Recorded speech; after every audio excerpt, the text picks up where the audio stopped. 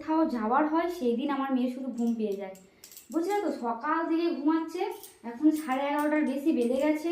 এখন কখন যাব বলো? বলছিলাম না আজকে একটা জায়গায় যাওয়ার আছে, একটা বেবি শয়ার ইনভিটেশনে যাওয়ার আছে, ঠিক আছে।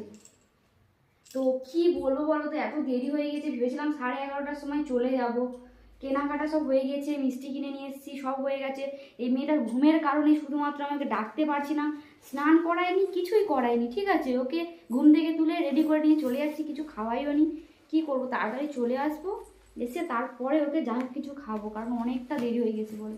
খাওয়ার সময় কারোর বাড়িতে গেলে কেমন একটা লাগে না? কি মাম্মা? ও শুধু ঘুমাবে, বাড়িতে যখন থাকে তখন ওর ঘুম পায় না, কোথাও যাওয়ার আগে শুধু ওর ঘুম পায়। তো 7% চার্জ আছে, 5 মিনিটের মধ্যে মেয়েকে রেডি করে নিয়েছি। আর এই দেখো এইখানে শাড়িটা আছে, শাড়ি সায়া ব্লাউজ সব একসাথে রেখে দিয়েছিলাম, এটা নিয়ে নিয়েছি। আর একটা মানে মিষ্টি কিনে নিয়েছিলাম সকালবেলা দিয়ে, তো সব এখন কমপ্লিট করে দিয়েছি। এবার মেয়েকে নেবো আর বেরিয়ে যাবো। তোমাকে নিয়ে যাবো, শোনা, তোমাকে নিয়ে যাবো।